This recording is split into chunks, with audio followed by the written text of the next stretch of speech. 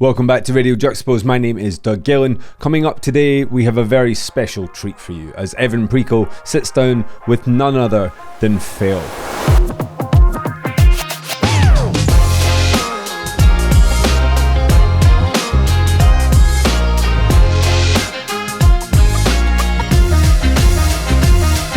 Today, we're deep diving into the world of the iconic street art duo FAILE. For over 2 decades, Patrick McNeil and Patrick Miller have been mashing up cultural aesthetics to develop their own signature style. From wheat-basted posters through to larger-than-life installations, from London's Dragon Bar to the Brooklyn Museum and beyond. Ahead of their forthcoming show Don't Stop at LA's Control Gallery, we thought we would use this opportunity to sit down with the Patricks and hear all about the journey of FAILE.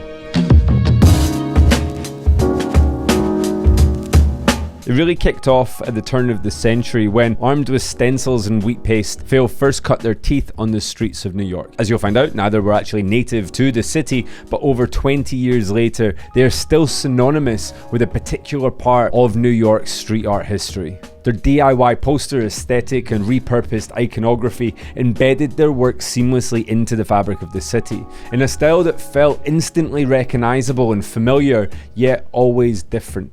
The breadth of work that FAILE have created over the years is a real testament to the variety of influences that they lend from.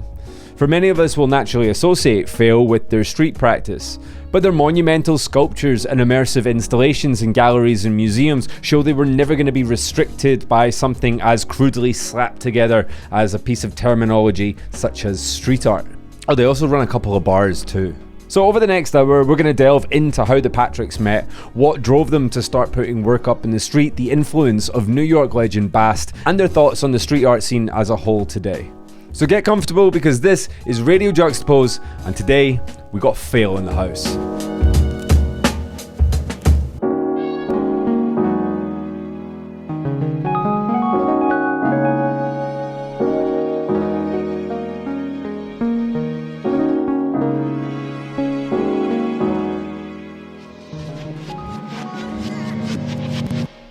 Thank you, Patrick and Patrick of FAILE, for being on the Radio Juxtapoz podcast.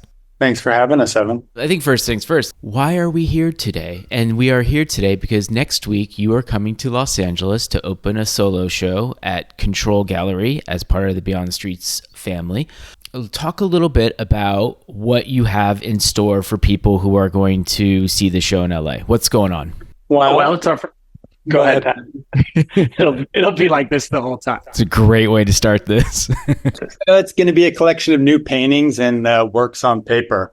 The paintings have kind of evolved over the last 3 months into something kind of new and fresh that we're excited about. I was going to say, I think it's been 13 years since we've done a solo show in LA, which is wild. I mean, we've shown with Roger out there and Beat on the Streets and things, and a few other group shows, but it's been quite some time since we've been out there for a solo show, so we're really excited to be back in LA for that. Yeah, I was kind of wondering, like, what does Los Angeles mean in the history of your career? Because, you know, I think most people think of FAILE, they think of New York, they think of Brooklyn, they think of the international and global recognition that street art was able to gain, a lot of it through your hard work and the work that you guys were doing on the street. But what is Los Angeles? How does that fit into the narrative of FAILE? I feel like LA was a little bit of the dream that could have been. We often talked about moving out to LA and always loved when we came and visited the weather and the culture. And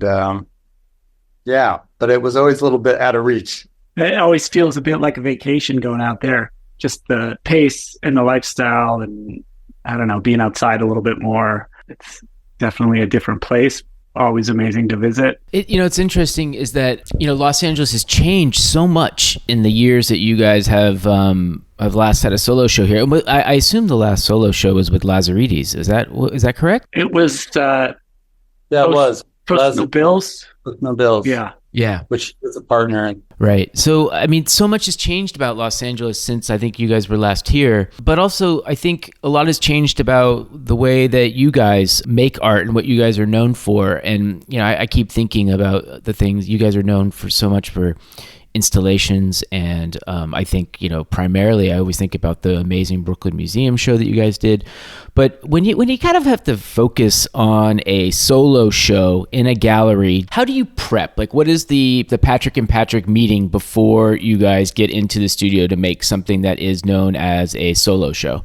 Well, I think that there's always work sort of happening in the studio. There's never really a time where it's like just nothing's happening and we're not moving. So a big part of that is, kind of the things that we're feeling inspired by at the moment. And most of our work is very process based, so a lot of it is about like the act of making. And I think our work has always been very like synthesized, where it's the act of making something, putting it on the street or in the gallery or wherever it may be, and then kind of taking that and recutting that up and putting it back in. And so there's this constantly sort of evolving set of images that are happening, of painting styles, works on paper, sculpture.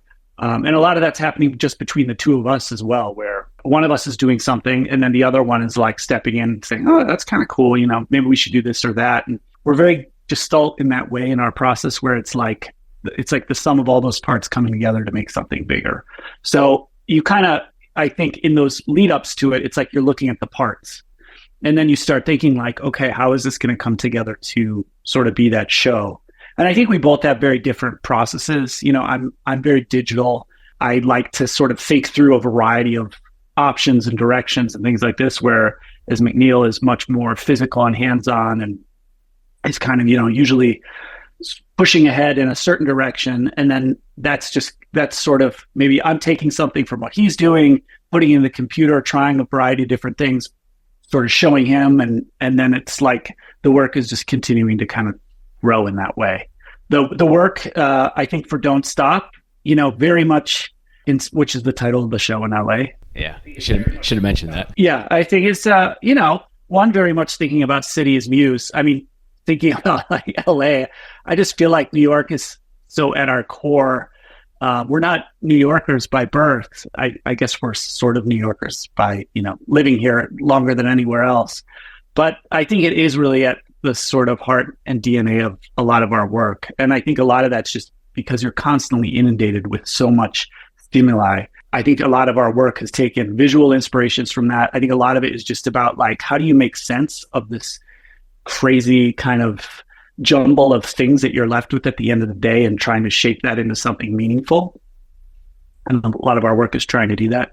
So I think Don't Stop is really about like taking, again, a lot of those visual pieces and a lot of those different types of meaning, and one, trying to create imagery around the things that we're feeling and experiencing right now, and then two, trying to like weave that into sort of a painting style that we feel like is best representative of where we're at right now. How much has what you just explained in terms of process and what the DNA of FAILE is, how much has that changed in the last 25 years? I feel like the DNA has always been there. We always go back to that. We have this core FAILE iconography, but we're always kind of exploring and dabbling in different languages, but the core always comes back. I feel like it's still all there at its roots: stenciling, printmaking, painting. Right. Yeah, and it's still a very collaborative process, even in the way that we're, again, assembling kind of images, cutting and pasting. All of our work starts really with black and white imagery. Like Everything starts from this sort of collage. We may have an idea, but it's usually, and a lot of that I think happened because printmaking and silkscreen were the sort of way, and stenciling was sort of the way that we approached it. So the black and white became that way. Whereas a lot of our early days were spent in sketchbooks, collaging, drawing, pasting in things that like were found along the way. That kind of underpins that, and that continues to be to this day, no matter whether we're doing like large sculptures or it's usually always starting as a black and white sort of image or sketch. And then that's translating throughout the studio through a variety of ways. And the subject matter has changed. The things that we find relevant to speak about or our experiences have certainly changed. Sometimes that's like a topic that we want to dive into and focus a whole body of work around. Other times it might just be like more like a sketchbook where it's, you've kind of got an idea here and an idea there, and it's the way that it's being made that's kind of pulling it all together, which I think is a little bit more representative in this body of work. I mean, there's every piece maybe has a little topic that it's about, then it's weaving into this sort of painting that stands on its own. And a lot of that too, I think, comes from like our inspirations in like quilt making and craft, and taking all these different pieces that have a history from somewhere else, and then sort of weaving that together to tell that new story. And that's the same as a cut and paste black and white image. You're taking all these disparate parts and bringing them together and weaving them into a final narrative. And I think it's the same with these paintings. You'll see things that are going on in the studio that are certainly emblematic of things that we see on the street, and that sort of processes comes through the door of the studio and gets transformed, and then it kind of comes back out into this body of work. Look, you guys have probably had to answer this question a million times, so I'm not gonna, you don't have to go so far into it. But like, what is the origin of FAILE? Where did the two of you meet? How did the first kind of forays into collaborating together begin? Like, we have to do it for the sense of context of, and you guys have been a duo for over 25 years, so some people might not know the story. So how did you two meet? Well, we originally met when we were 14 in high school together. I just moved there from Canada. We were freshmen doing roll call and had the same name, just hit it off, and had art classes all through high school and forged a friendship through art at a very young age. So lots of time to kind of learn how to collaborate with one another. Okay. So let's just say that you Patrick's roll call, we got the same name, at least that's a start. You guys are part of this, you're a pillar of the pantheon of what street art became. Well, thank you, Evan. I mean, obviously, you guys are in that list of very short list of these major figures who've transformed the way people not only made art, but just the way that people got into art or found an entry point into appreciating and or making art. That is something that when you start doing work on the street, you don't. The intention isn't necessarily to transform people's practices or just the way people appreciate art. It's just to get the work out on the street. I love the early days of like naive putting stuff on the street or a naive art making without an audience in mind. But talk about what the conditions were in Brooklyn, in your lives as you started to put stuff out on the street. I feel like it was the tail end of the Giuliani era. The city was still kind of gritty. There was still lots of walls and spots to like with graffiti and street art and all these things kind of mixing together. There was just something appealing about being outside, exploring cities at night, putting stuff up, coming back to it and seeing like how people had interacted with it, the weather, the elements, and just constantly like exploring and layering and using the city as like a canvas and a medium. And I don't know, it was just all very exciting at the time and felt like still had a very illegal side to it, which was also very exciting. It was a real special moment. There was a lot of really interesting things happening, and it all kind of flourished and bloomed at this really synchronized time that just made it all feel really special.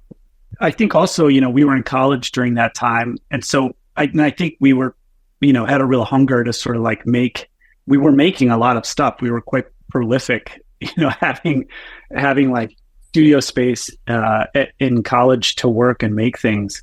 So having that outlet all of a sudden, there was just sort of this buildup of like imagery and exploration and a lot of experimenting and making. And the fact that we were able to make these large prints as monoprints or like duplicated also became a really perfect outlet for, wheat paste and stenciling and things like that. So it was just having that outlet became really exciting as well. Where was school, by the way, just so everyone knows? I was in Minneapolis at the Minneapolis College of Art and Design, and Patrick was here at FIT in New York. Got it. There was also something fun just about traveling. When you go to like different countries and you'd see somebody that you saw on the street in New York in a different location in Europe, and then you might go to Japan and see it there. And then all of a sudden it became more global and interesting just to see how different artists from around the world were actually making the art form not just like a local thing, but a global thing. Seemed like there was so much potential to it. I like that idea, the fact that you guys were utilizing the university space to kind of create work that could go out into the world in that particular way. But was there other people around you that were doing work on the streets that you were university students with, or was it kind of like something that you guys did maybe without really telling anyone? There was nobody in at least in my university that I was, there was a couple kids that did graffiti, but street art, not so much. The artists that we were like very prolific at the time would have been like Shepard Fairey, Bass, WK Interact, like locally within New York that we were kind of looking to and excited about. Like a lot of things, vicariously enjoying it through McNeil because, I was in Minneapolis, which really had no scene like that. So coming to New York was, such a wonderland, and kind of taking pictures and then going back and digesting it. And then, so it was a totally different experience for me. It was a really exciting time to sort of see that. We would kind of mail a lot of things back and forth between like work and photographs. And I think anything like when you're in your early 20s and that, everything is just a little bit more visceral and amazing. Like the music you listen to and all that, it was very punk in like the DIY sense, and just kind of not, like a gallery path and all that sounded great, but we had no context for that. That wasn't like anything that we understood a background for. So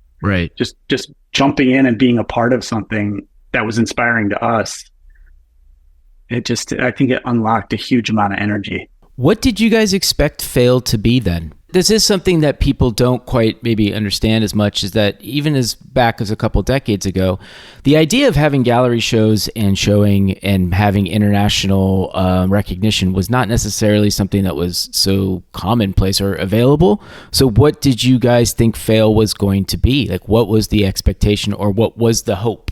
I don't believe there ever was an expectation. It was just like, let's make it till we break it. Like, right. Let's go until we're broke and can't do it anymore. And it was just hustle, hustle, hustle, and thrive to survive kind of thing. But there was never an expectation. It was just the expectation, or at least the hope, I think, was just to continue being able to do what we loved doing, which was FAILE. Yeah. And it was, before it was FAILE, it was just hanging out, like making, if we were sitting around in our apartment together, before, like when we first kind of started college in Arizona, you just kind of collage in each other's sketchbooks you make, and you listen to music and hang out. So it was just really an extension of that. I think there was always maybe this idea of the sort of like an art band, where you sort of, everyone plays their instrument, but then again, it comes together to make this bigger sound. And so, we would travel to each other's schools during spring break, and just like, nobody was at school, so you just take over and make all this stuff. And it was like the thing we were into. Like, it was just fun, and it was cool to make these big images, and it was a way of just hanging out. Also connecting with the community, because it was a pretty small community, and if you knew people within it, you could always like find a place to crash in a given city, go put up posters, hang out for 2 or 3 days, move on to another city, crash at another friend's place, explore cities, see the world, put stuff up, have fun, get a little crazy. What was the first time, or who was like the first person outside of the community? And I'm let's say a gallerist, a curator, or a writer who got your attention or paid attention to what you guys were doing, and it made you guys go, oh, okay, something else is happening here. It was probably going to Banksy's studio in London and seeing like professional studio and the scale of it and the operation, and just being like, oh wow, okay, that's another level. Because we hadn't done a lot of studio visits. Studio visits were going to your friend's apartment where they were like printing in their living room. Yeah, I had never really seen a proper studio before, and I think that was kind of like a big eye opener. I think also like having a show at the Dragon Bar. I think that was nice. Like really our first show, and having a show all of a sudden is something different, right? And in London, like it's already away from home, so there's just an extra level of something. That was so random how we got that show, because Bass and I were out in London putting up posters at like 2 a.m, and we pulled this sandwich board out of a dumpster, and we were putting posters on it. And this woman came out and was smoking a cigarette, and she's like, "What are you doing?" And we're just making art out here. And she's like, "We have a gallery upstairs. If you guys ever want to come back to London and do a show here, come back. Here's my card." And it ended up being the Dragon Bar, and that's how we got our first show. Oh, that's unbelievable. But yeah, and I think also not knowing like what like crazy crossroads the Dragon Bar was, and it's so amazing like how that happened. Yeah, I mean, and the thing is, like, that's the kind of thing that I feel like is part of the history of street art. I mean, Dragon Bar essentially is a center point of the street art community, but also just the randomness of just being somewhere and someone coming outside and not telling you, like, "Hey, fuck off, don't do this anymore." It's almost like, well, all right, like, what do you? The opportunities. It just felt like such a ripe time for. People just almost being supportive, like kind of in a different non-competitive way. Does that make sense? Yeah, well, it was new at the time. It hadn't kind of like become what it is today. And I think it was more unexpected, and people kind of appreciated it in a different way because it felt different. It felt new. It wasn't graffiti. There was like the images had something to them. Like you could investigate them and they would tell maybe a little more story or be about something specific. That definitely was like a bit of a shift from sort of the graffiti community to like the sort of image-based street art world.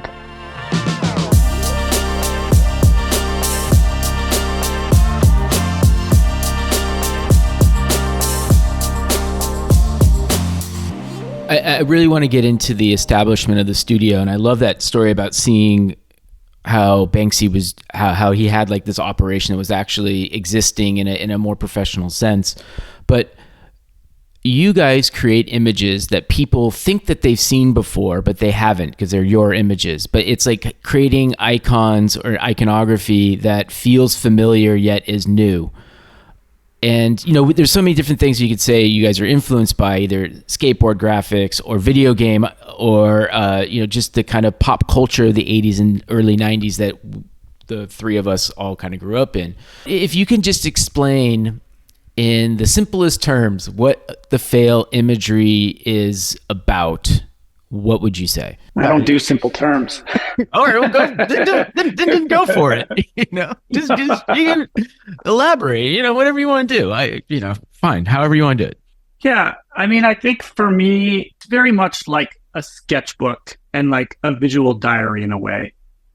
I probably relate most back to that because it's like so many of the images start on a photocopier or like in like the loosest kind of back and forth ways, or you have this really loose idea for something and you're kind of building it as you go, which feels very sketchbook like, and then it's like you turn the page and you kind of remember like, oh, I remember that thing. Oh, I'm going to put this on that. And all of a sudden it builds up in a visual way. And, like a lot of images we'll visually make the core of the image and what the story's about, but it'll take us a few months to write whatever the headline's going to be for it. And that headline can really change, the whole narrative of the work. So there's a little bit of, it's like part treasure hunt and part creating that structure for it. But a lot of our images are about things that, we're thinking about or maybe want to have a little fun with. I think it's, kind of always trying to mix a little bit of the soft and the hard and, that duality between something that maybe feels kind of furry on the outside, but you recognize there's a little bit of a sharp edge to it somewhere in there. Mm-hmm. I think we try to make images that are visceral oftentimes and kind of can grab you right away, but then like the more you spend a little time with it, you might see something a little more subversive in it. I guess to me, that's kind of how, how the images, how I think about a lot of the images. A lot of it too, I think, is growing up with like De La Soul and Tribe Called Quest and that idea of sampling different, like older sounds and bringing new life to them through the music. And I think a lot of how we collect and look at old images, like these forgotten things, some crazy zine or magazine or book that you find at a thrift store or flea market that has some forgotten image, and just kind of how do you bring it back to life and make some new story from it remix it, that kind of idea. Growing up, like too, just like you were kind of saying, between skateboard magazines and comics and arcades, there's this whole world of imagery that I think always, it's obviously spoke to a whole generation, but I think it really, was something that like seemed like a really amazing way to tell stories with, and to be able to sort of relate these ideas. And then when they're going up on the street, they kind of have to communicate in a certain way. There's obviously like a formula that works well on the street, whether it's marketing or advertising or any of these things. So I think there's kind of that background to it of how does this live on the street, and what story does that tell, and how does it sort of grab someone? And then over the years, seeing how that evolves has, that's also been like a big part of it, is kind of how that feedback happens and the loops that you kind of find within it. I was thinking about this as I was prepping for this interview, is that walking into the Deluxe Flux arcade the first time and thinking to myself, this isn't what my childhood was. This is what I wanted my childhood to be. Like, I wanted it to look like this, but it wasn't. And it was like this sort of, it was like a memory that like I wanted to have, but I didn't have. But then when you guys created it, I'm like, maybe I did have this experience, but it was like this visual identity of a memory I had not had, but wanted to have. And I wanted to know if, like, when you guys are creating these sort of experiential installations, if it's sort of, if that is kind of the intention, like this was not how childhood was, but this, boy, I wish this is what it could have been. Is that kind of I feel like that's an ethos of FAILE, of like creating these worlds that we wanted to have been there when we were younger. There's a lot of nostalgia wrapped up in FAILE, I think, and how we make images and think about things. And I remember sitting down with Mike when we first talked about doing that show, and it was all about childhood and the arcade experience that we experienced as kids, and trying to recreate what that feeling like, or that space could have been like. And it definitely, I feel like we got there, or at least got close. Absolutely. Is that one of the installations that sort of this always sounds weird saying this, but like nudged your the potential of FAILE up a notch? I always felt it was just the most fun. It was the most unique as far as sounds. When you're in the space and people were visiting, it was just pure like laughter and joy, and like it was unique to being at an art show where, people kind of standing around and drink and talk. The energy that the space created was very unique and special. And I think what encouraged us to kind of keep making it, because it was such a unique reception to the show, that we're like, oh, wow, this is something we got to keep working on. And I think it was so immersive, it was the first time we were using not only the visuals that we create, but then wrapping it in sort of a sculptural form with videos and music and lights in the space, making this sort of ephemera that goes around that with tokens and other kind of like elements that were a part of that you could take away and would be like a little reminder of it. I think that was a little intoxicating of a blend to work with, by making the temple predated Deluxe Flux, and that was right, very exciting in that way. Both very complex projects. There was something just as exciting, I think, about dropping that temple the first time in Lisbon, and just having all these people walk by it thinking it was this old monument, and being utterly confused and looking at their tour books. And I think that was kind of like a part of that early street art ethos, where you were taking it to a few levels higher, where you were creating an experience unknowingly for people that really transformed them. And I think the pop-up, even though Deluxe Flux first started in that kind of space in the gallery, doing it as pop-ups and things, where just people would walk in so confused and excited, and to see that kind of response from people. One of the funnest ones we did was on the Lower East Side, and it was up for a month. And by the end of it, you had kids coming in after school and hanging out. Like, it was really fun just to see that culture, or the people come back into it, and that it could live again. And it was great. Well, this is another thing too. I mean, I'm thinking of the temple. I'm thinking of the Times Square carousel. Could we call it a carousel? It's more of a prayer wheel, but prayer wheel. Yeah, right. The Times Square project, the arcades, and now the bar. Like, you guys are creating experiences that cross the line between just being functional, sort of. I mean, the bar and the arcade, those are like functional places. But also, you're supposed to kind of create this, you're supposed to cross over into a different world when you go into them, but it's also quite functional. That comes from the spirit of street art in a way that you're supposed to live with these things, and you're supposed to live with art, and art can be part of your life. And you guys have been quite pivotal in making sure that continues. Was that really kind of a hard aesthetic to get to, or quite a hard experience to create? Did it take a lot of trial and error? No, it kind of happened really quickly at the beginning. What I'd say is the harder challenge is sticking to it sometimes.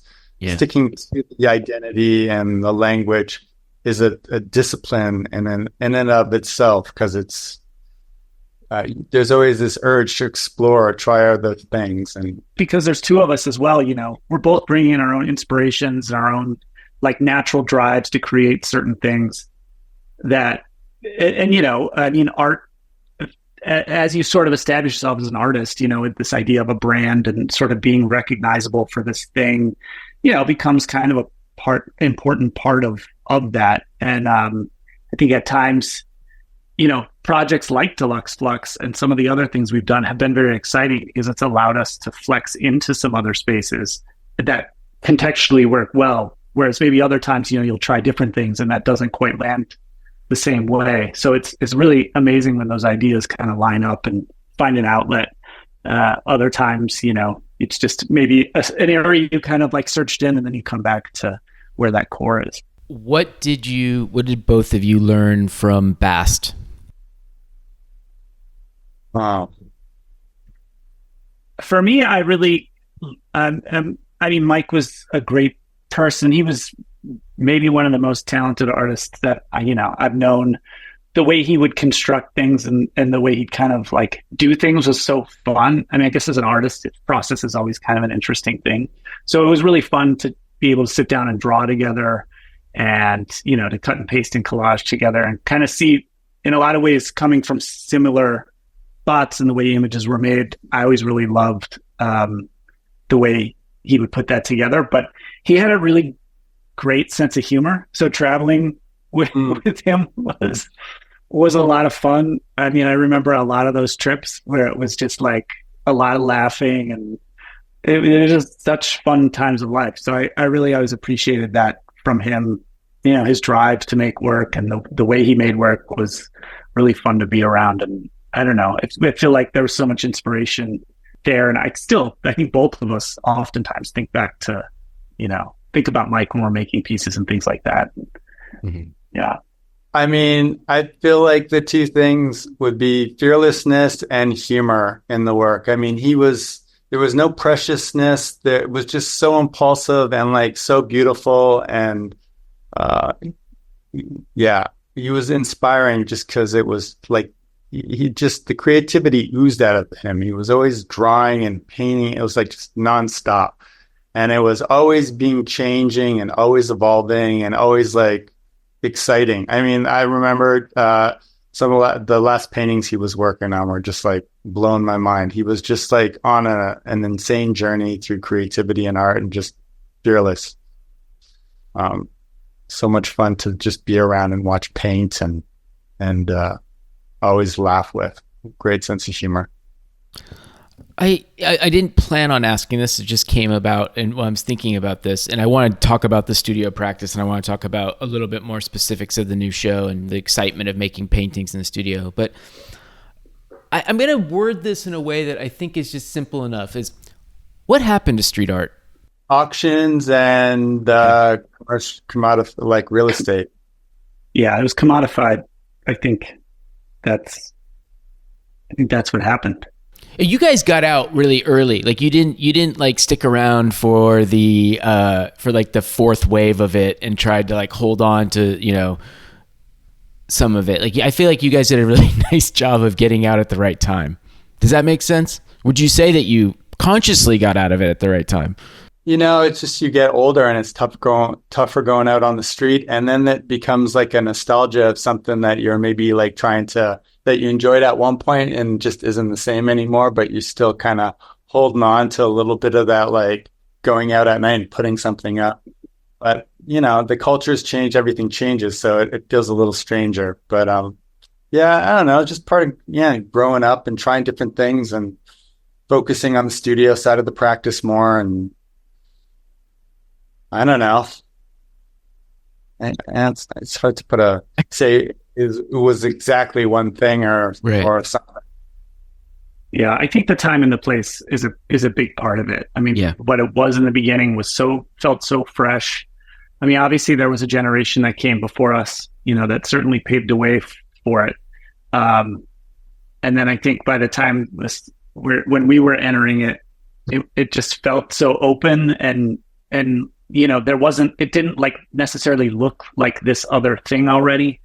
I don't know. As movements evolve, it starts to become, sort of saturated and it like gets watered down maybe in some ways and some of those things. And a lot of it just changed into murals and things like that, which I mean are great. It's not to say we don't love doing murals. I think as much joy from seeing a big mural up as I do from seeing like a couple great posters on the street. It's, I guess, just like any movement, it kind of evolves and grows up and, How did you guys take that energy and adrenaline of street work and bring it into the studio and kind of learn to, I don't want to say learn to calm down, but sort of learn to be studio artists as opposed to, I think that's a simple enough. How did you guys teach yourselves to be disciplined studio artists? We were always disciplined studio artists, I think, from the beginning. I mean, we were making large scale model prints and printmaking before we started putting up stuff on the street. Right. Okay. It's not like we had a studio practice, but we were very disciplined in our art making. We'd always kind of spend a lot of time and energy focused on it. So that was always there from the beginning. There was an adrenaline, but it was more just like a learning from the street in the craft. In a studio, you're doing a gesture and you're looking at your brush and that gesture. And on the street, sometimes you're not looking at the gesture. You're looking down the street to the right, to the left, see if there's anybody coming. You're not fully focused on the line, but you're still executing.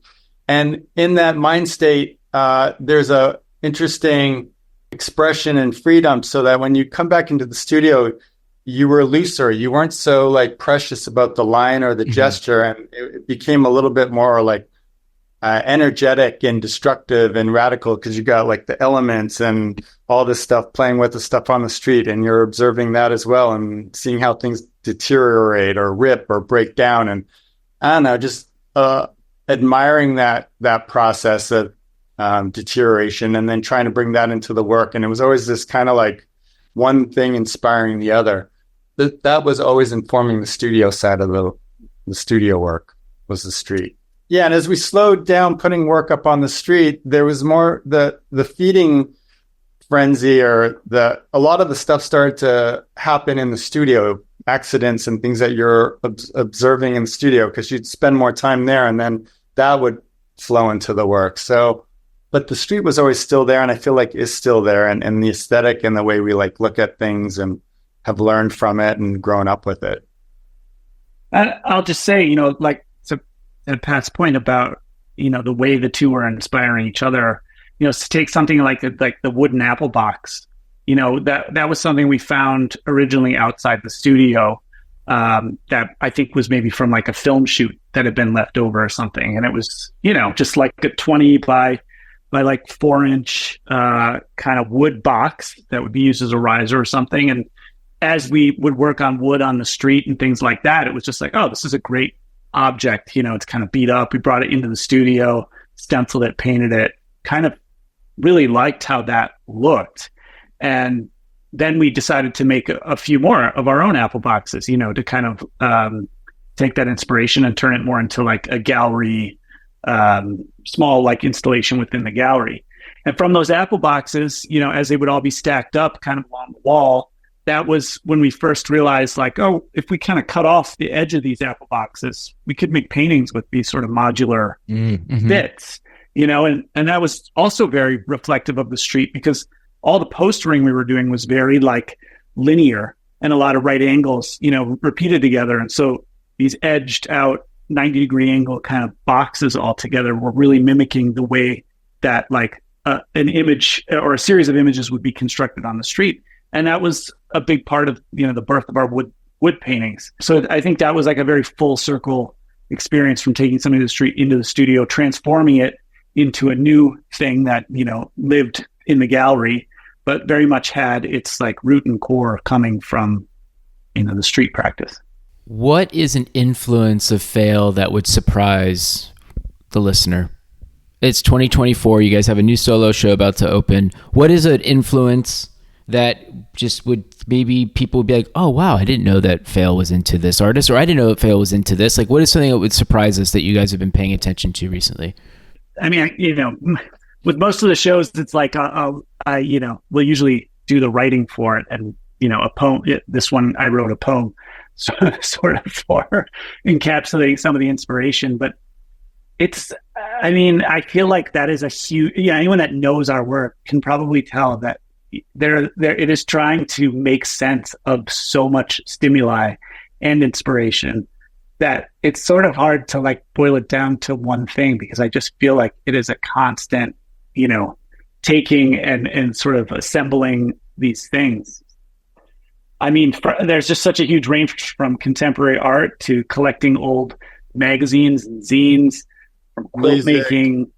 Yeah, music that's being played, a movie that you watch late at night. It's just like you're in the process of making, and everything else kind of feeds into the art. So I'll mention a kind of a funny one that ends up in this body of work is that a few shows back, I think, which I think still lifes have become pretty popular of recently in contemporary art, and everyone loves a still life. Everyone loves it. Right, it's a classic theme that's been around, and Pat was I think kind of finding some inspiration in that. Probably, I guess now it's probably 4 or 5 years ago, but it sort of found its way into the studio, and we had this piece that we were kind of trying to find a part for. And as we were looking at some of the still lifes and things, there was this great Matisse painting that we found from one of his called Interior with a Phonograph. And this image had a record on the floor, and we were kind of like, what wants to live in this spot? And there was just this really sort of fun idea about, well, she's got a record, she needs a record player.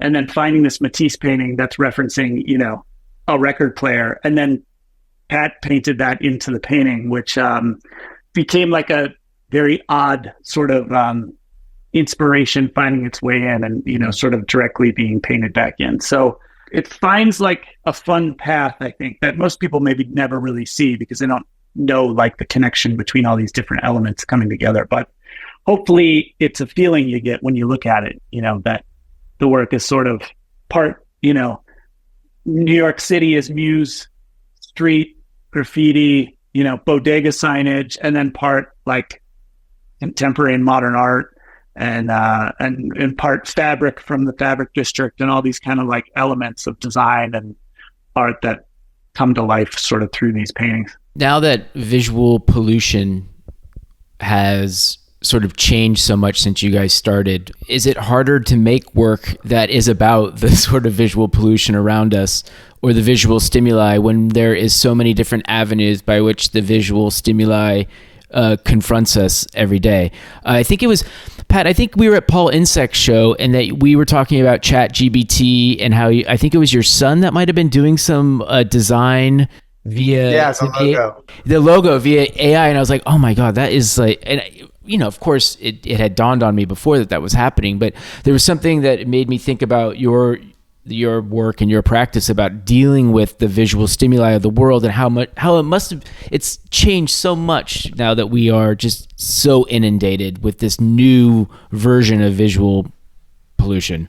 I think the title is, Don't Stop. It's very much like talking about that, because it's sort of it's sort of like a double-edged sword, right?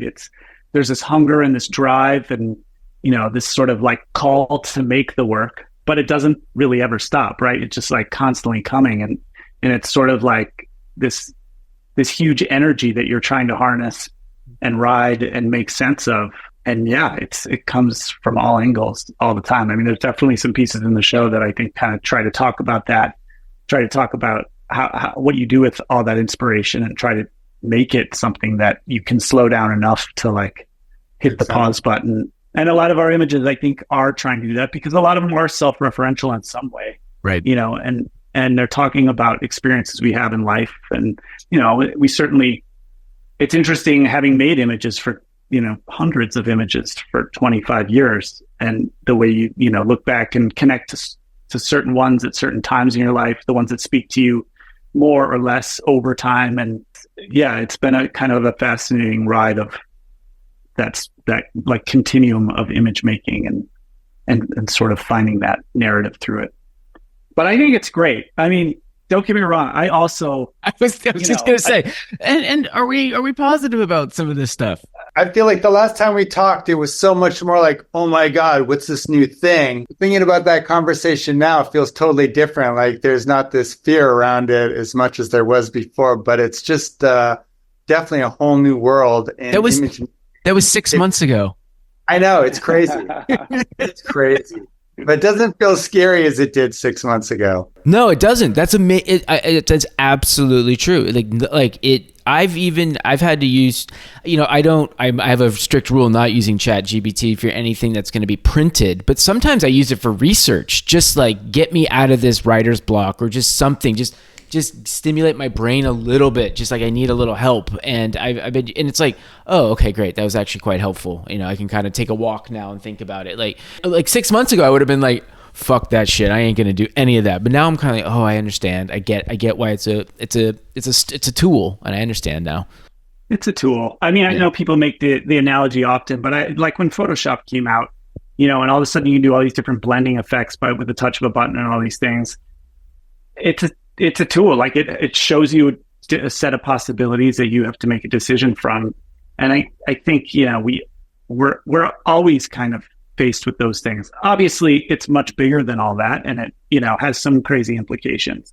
But how we use it in practice now, I think you sort of find like, this works for this. It's great for that. It's not so good for this. And, you incorporate it in that way. Do you still get excited about an opening? Like, are you guys excited about showing this new work to people, or is it something where you're a little nervous?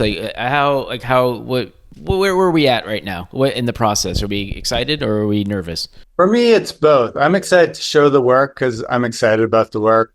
I get nervous, obviously, about the openings because that feels a little overwhelming sometimes, a lot of conversations and just a little anxiety around it and everything. But I'm definitely excited to get the work out. And I've been really trying to focus more on the process of the show and the making of it, enjoying that, because the show is always so fleeting. And I've definitely experienced the highs and the crashes and learned how to kind of navigate those emotions through, being more present in the process than the building up for a moment kind of idea. Yeah, it's always so crazy because it starts with just this little thing in your mind, and then it's a shared, vision sort of together that you're batting back and forth, but it's like so small. And, depending on from really big shows to smaller ones, but it's, to sort of see it come to life and to try to have the intention that you hope you have in your mind and to bring that into sort of reality is always part of that journey. And usually by the time the work leaves, I think we're pretty excited and happy about it. And it's, as Patrick's saying, you sort of look back and realize like that's everything, because that's what we kind of always come back to, that you hope it's well received. Some people are going to like certain things, other people aren't. Like, it's just kind of part of putting anything creative out in the world. But it's what we do, and right. This show leads to the next show and so on and so forth. So if you don't enjoy that process somewhere along the way, it can go by pretty quick. And also because of the polarity of the world at the moment, and so much tension. I can imagine it's always a great time to have an art show, but maybe it feels heightened always during times of this kind of magnitude, where it feels nice to have some sort of visual expression. I think with that in mind, we tried to make a show that people would enjoy and, make them smile, hopefully, and escape some of that craziness. Yeah, but I think even the show, when we first kind of talked about it, we were planning on hanging all the paintings like literally touching each other. Mm-hmm. So it just sort of made this like long line, because again, talking about just that like continuum of energy and that constant like, there's just always something happening. And there's like the way things run into each other now are just kind of like you're getting it from all angles. We've been, again, trying to sort of harness some of that and like speak to it and use that in the show. I think the paintings are very much meant to sort of flow in that same way. I don't know if we'll end up painting them exactly butted together, but that's what like media and the world feels like at the moment. And, yes, I mean, it seems like there's always something kind of crazy going on in the world, right, home or abroad. I mean, now is definitely a wild time, but it's been kind of a wild 8 years. It's like, where does that even stop? I didn't even ask you guys, but how's the bar going in Manhattan? It's going great. It's been an adventure for sure. It's been amazing just to kind of like have a space that brings fashion and music and culture together under dance and music and lights. And it's been a real journey and a lot of learning, and it's definitely been fun. Yeah, and same in Detroit, that continues. Right, in Detroit, yeah. That's been there even, for 6-7 years now. So it's like, it's kind of a part of it, of the downtown scene. And that's a really cool thing to have. I mean, it's interesting to see it sort of take on a life of its own, because a lot of people don't know us or our work that go there, and they just go and kind of have this experience in this really wild space. And I think that's a nice thing to sort of put out into the world, where it takes on its own legs and kind of becomes something unique to everyone. It goes back to that kind of idea of saying before, and I've only been to the one in Detroit. I haven't been to the one in New York yet, but that kind of like the place that you always wanted to exist, but you're kind of, when you're in there, you're like, does this actually exist? Because it's like such a kind of special, immersive experience. So I've always I love the way you guys transform places and spaces. It's still just as fun to bring people into those spaces. I mean, it really is another world. And that, again, that's a pretty fun experience, I think, as an artist or as a creator, to kind of deliver somebody to that kind of experience. There's a lot of people that have come there that used to go clubbing in New York in the 80s and just say that it really harkens back to like the 80s art club and how much they enjoy it, and to see the continuum of that art and club type kind of experience, which is great. I just finished Dave Grohl's book. Oh yeah, I saw that. Yeah, it was a really fun read, but just kind of thinking back to like the early punk movement, and even reading about like the beginning of Fun Gallery and things like that. So many things just start because people just kind of do something. It's not really like that thought out. Like some of the best things, it's just people kind of tried this, and well, that kind of stuck, and then it lasted another day, and all of a sudden, you've got this kind of institution or this like really iconic thing that it wasn't really that thought and planned out. It just kind of became like an energy unto itself that kept sort of fulfilling and growing and growing. And I mean, much like our practice. I was going to say, is FAILE like that? Was FAILE kind of, is that something that, do you feel kinship with that? Because it was just started between two friends and it just became this, you guys are like an institution now. Yeah. I mean, it doesn't necessarily feel that way. I don't think we quite feel like an institution, but I meant that in a compliment. That was a complimentary. Yeah. I know you did. It's funny because in your own minds, it's so much smaller. It's still just, McNeil and I sitting down and kind of like having the fun of batting back and forth an image and started like bringing something into the world.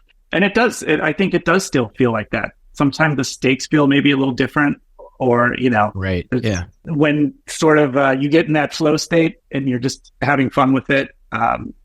It's the same process of just trying to make a great image that speaks to not only you, but to other people. And I still see it on the street. I still think about like, oh, how would this play on the street? And like, would it kind of call to you? Maybe at the same time now, I also now think about it on like, how does it live in your living room at home? Right. Well, yeah, of course. Yeah. Yeah. But yeah, I think all the best things, you know, they really started into such like an easy DIY way that evolves and kind of grows. And I think we both feel really lucky to, you know, have had that experience in our practice and in the things that we do. We'll end on this since we've had a nice, lovely hour here. The show Don't Stop opens May 4th. Is that the date? 3rd. May 3rd. Friday. At Control Gallery in Los Angeles. What was the last either book, album, piece of art that you guys have seen that has kind of put a smile on your face? Well, I guess I'll go first because I just finished Dave Grohl's book, which I really did enjoy. Okay. And I've been crushing Beyonce's new album. I love that album, and I love when I love when things just are like this kind of blend of so many different sounds and genres and references. So yeah, that's what I got. Two very different worlds, but both really fun. It might sound old now because it came out, I think, maybe 5 months ago. But I really liked the new Jungle album when it came out, and the choreographed full-length feature video that they did with it. So no one's going to say the Tortured Poets Department? Like we're the only three people who are not going to talk about the... No, I'm just joking. I listened to it. I did. I felt sort of compelled to give it a shot. Wasn't bad. I skimmed. I skimmed. It didn't. Yeah, it didn't hook me. Man, that Beyonce album. It's so rare to like find an album that you can just listen straight through. Whatever you're into, it's just like whenever you find and especially nowadays, yeah, it's very difficult. Yeah, is a score. So I'm enjoying this moment with that. Well, FAILE, thank you so much for your time. Congratulations on the new show, and thank you so much for your time today.